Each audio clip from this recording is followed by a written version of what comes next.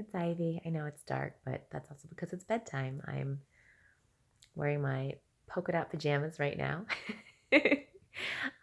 before passing out for the night. So, real quick to make an evening bedtime video, the topic that I picked is The 5 Regrets of the Dying. And this is a book based on a really famous article by a palliative nurse who talked with her.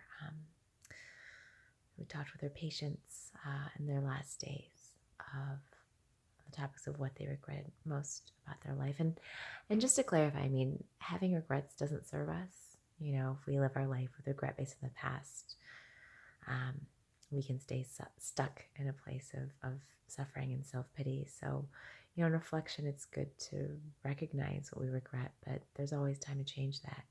And even in your final days, you can change that. Just on a personal note, my grandfather was diagnosed with stage 4 cancer. And he was only given a couple months, if that, to live. And during this time, everyone, all his children, his extended family, me living in the US, made a huge effort to see him, to spend time with him, to talk to him, to love him. I flew over to Hong Kong 4 times in 1 year just to see him, and I'd never seen him with that much frequency before. And he ended up living over a year, you know, and instead of a few months, he ended up living about 15 months. And he said before he passed that the last year of his life was the best year of his life. So everyone who'd kind of ignored him later in life with their own families and their own lives, who came together to spend time with him and to share experiences with him and have dinners with him and to be with him, pay attention to him, ended up being the best year of his life. So it's never too late, even in your last years or last days, to live a life that is true to who you are. And which brings us to the first regret most commonly shared, which is, I wish I'd had the courage to live a life true to myself, not the life that others expected of me. So how many of us are living a life for someone else in accordance to what society says your life should be like, or your parents, or your family, your friends, or whatever else, whatever influences you have, trying to be the winner of the rat race or whatever happens to be. Is this a life that you really want? Or is it a life that someone else has chosen for you? Or a life that you feel obligated to live to meet someone else's expectations? So just taking a good hard look at that and making sure that you are living a life that's true to you, deeply honoring of who you are, and in integrity with your truth. The second regret is, I wish I hadn't worked so hard. So I wrote these down, and they're all over the bed right now. But I wish I hadn't worked so hard. So I think of this one in a couple of different ways. I wish I hadn't worked so hard in terms of, not now, I don't have time to play with you. I don't have time to spend time with you. I'm working. So working in the sense that working so hard for the almighty dollar takes away from connecting with those who love you and who want to spend time with you, and from those adventures that you want to have, those things that you want to do. Do you work to live, or do you live to work? And so what I'll say about this one is, if you are doing something that you love to do, that you would do for free, even if it, you know, if you're the winner of that $500 million lottery, you didn't have to, but you'd still do it. Like, do you do work like that? Or do you work that you have to do and don't really like? So I think there's a different energy to that. So the question is not necessarily like, I wish I hadn't worked so hard, but what are you spending your time doing? How are you spending this time? And what are you doing exactly? And are you happy doing it? So checking with yourself about, is this work fulfilling to you professionally and personally? And also, are you able to spend time with those who matter, doing the things that matter. Another regret is I wish I'd had the courage to express my feelings.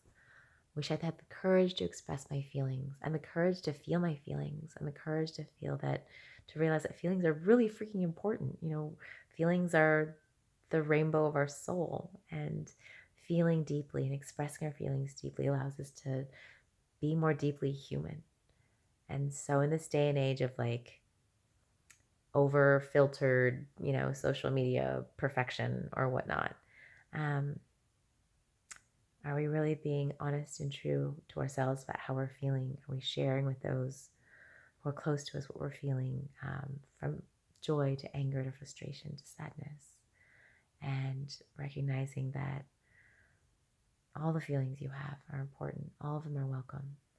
And those who care about you will want to know how you're really doing, how you're really feeling, and how they can support you on your journey. So, yes to feeling feelings, yes to expressing feelings, yes to knowing what your feelings are and being connected to them so that you can even have the awareness of what they are. And if they're causing you suffering, then reaching out for support. And as always, the only way out is through. So you got to feel it to heal it. Another regret is I wish that I had stayed in touch with my friends. A lot of times we get caught up with life and we forget to water the friendships and nourish the friendships and stay in touch with those who we love. At the end of the day, all the stuff that you have won't keep you cozy by your bedside. All the stuff that you have won't give you comfort in those last days. And in those last days, everyone misses their friends. So instead of waiting till the last minute to reconnect, spend time to take care of those friendships now.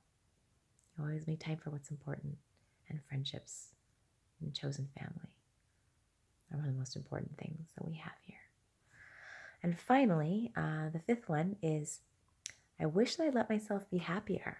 So often we get into these crazy negative thought spirals of everything is wrong and everything is not enough and lack, and I'm missing this, I don't have this, and things are not perfect.